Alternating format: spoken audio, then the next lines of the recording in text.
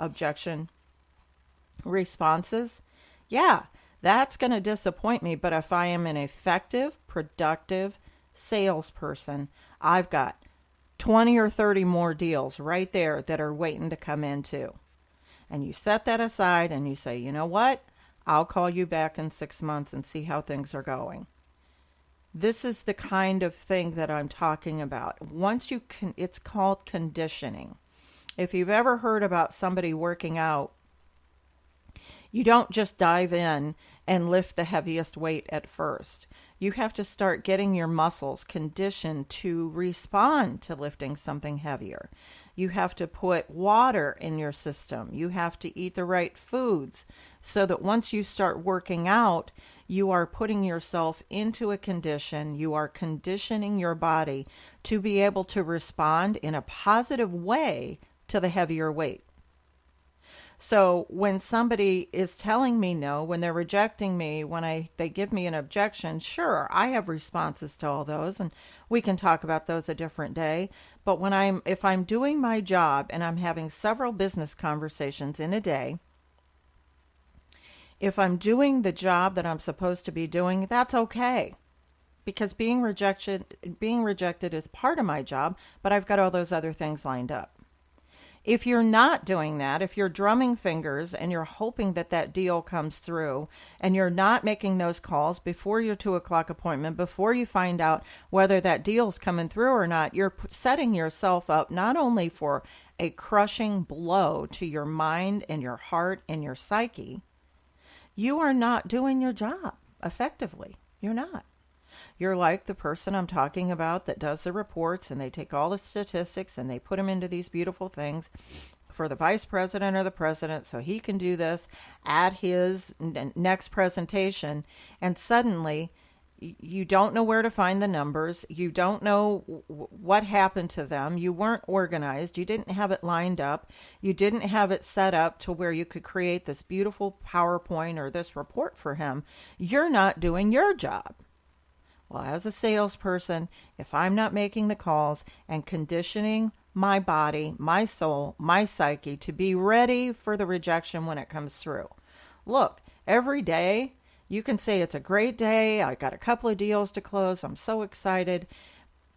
But in addition to that, say I get to make more calls. I get to learn about more businesses so that you are filling up that pipeline. This is why salespeople fail. It isn't that they weren't qualified when they started the job. It isn't that they didn't have the experience or the opportunity to be able to do well at the job. It's that while they're out there, they forget what I just said. And they start thinking about the deals, and they're following up on those deals that they've created or that they think is going to close. Or in advertising, you're waiting on the art. You're waiting on, somebody for payment, and you're waiting on those things to happen. Instead of, you're actually putting those people in control of your income. Do not do that.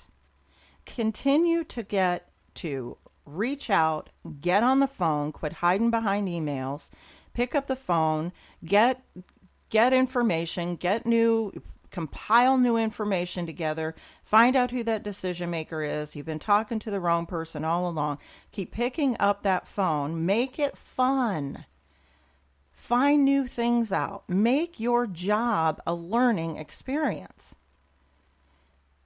People say that travel is the best experience you'll ever do, and I agree. Man, the things that you learn that you thought were going to go a certain way, and the things that you learn on the road while you're out there, different cultures, even within our United States, different towns and different ways that these metropolis versus the little itty-bitty little towns like Mayberry, the way it used to be, and people are trying to live the small life. It's a great thing, and you're filling your head with information.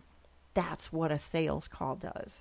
You find about a different business. You learn about all different genres of, the baker to the dermatologist clinic to whomever, and reach out there and learn about those different businesses. And it's like a college. It's like you're going to school.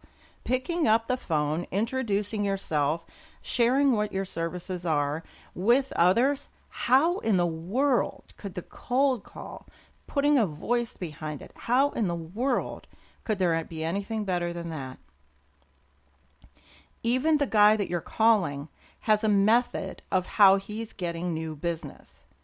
You relying on deals that are supposed to come in is like you're not asking, by not cold calling, by not reaching out, by not following up, you're not asking anybody else to come into your store. You're like relying on those 5 deals. That's not how it works. Yeah, if a deal comes through and all of a sudden you got, $5,000-$10,000 that you've sold and you're happy and everything and you celebrate for a little bit and you're done for the day, no. You take care of that, you make sure that order's perfect, and you move on and you continue with that light in your voice and that happiness that people are going to hear because you just closed that deal. Get back on that phone. It's not time to eat. It's not time to drink and be merry. It's time to get back on the phone. And at the end of the day, you will feel as if you worked hard for your business. I don't care who you're selling for. I don't care what business it is. When you're a salesperson, you are running your own business. Even if they supply you with all of the materials and all the collateral and everything that you need in order to productively do that job, you're running your own business, and here's why. You're in charge of opening your store. You're in charge of taking the keys, opening the gate, lifting it like they do in New York, open for business. Then you're responsible not for waiting for somebody to come into your bakery. Now you're responsible for reaching out to people and saying, hey, this is who I am, this is what I do, and I'm so excited, I wanted to talk to you. You were on my list to call today. I was looking forward to speaking to you today. I was told, somebody referred and said I should call you and make sure that you have a conversation with me and the information that I have to be able to make a quality business decision on whether you want to move forward with us or not. What the hell is wrong with that? How can people say that that type of phone call is gone? That shouldn't be happening. Listen, you put a voice behind what you're doing and enthusiasm. The day they take the telephone away, and the phone conversation away, if we start doing that, we have lost our humanity, our worth. We were given a voice. We were given ears, all 5 eyes, you got it, all the 5 senses, for a reason. We're supposed to be using them. Yeah, sure. You send an email, you're using your fingers, you're touching the keyboard, you're writing your words and everything. And I'm a writer and I love to write and I love a good, strong, effective email. Don't misunderstand. Every phone call you make, you back up with an email so that people can see that you are who you really are in writing, and they have a chance to sit down with their cup of coffee and review some of the things that you talked about in writing. But you call them back and you tell them when you're calling them back, and then do that thing. And say, and even if you're leaving a voicemail, say to them, hey, I promised I'd call you today at 2. Here I am. Was really looking forward to reviewing that information with you. I really think this is a good fit for you, but I'd love to learn more so that I would be able to make a better quality decision. This might not be for you, but I would love to talk to you and see if we can help you out. Have a great day. I'll call you back tomorrow at 10. What is wrong with that? Nothing. Don't let people tell you the cold call's going away. Don't let people fill your head with that kind of BS. You got to put your voice out there. Put your personality out there. You are in sales. You're supposed to be talking to people. But do it with truth, integrity, honesty, personality. Be your freaking self. Don't try to be like somebody else. Be yourself. As a sales trainer, I see all kinds of personalities coming through. And it is a riot. Now I look at the people that I'm training kind of like the businesses I used to talk to. There's all different kinds of personality, all different kinds of work ethics. So do that thing. All right? And you can, by the way, this is Bev. This is the Bev D Show. This is a thing I can't stop talking about. I am very passionate about this, and I love to see people succeed. And if I can share with people how I was succeeding, or things or tactics or ways that I was doing things, it's your will, your passion, your energy. You've got to put it across those phone lines. You've got to talk to people. And maybe you're in the business of just setting up the appointments. I get that. I used to do that for a living. I set up appointments for my sales team so that they could go out and share information about the business machines, the copiers that we were selling.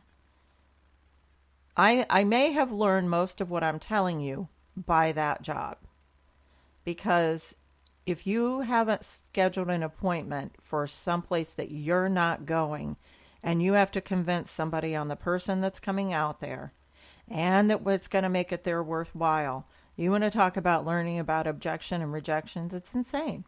But it's awesome because I learned from it.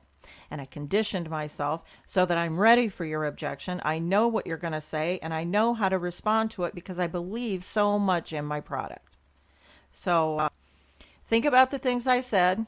Give it a go. I like to do this show in the morning so that the people that are listening may get their day kicked off a little bit different. And maybe it inspires them.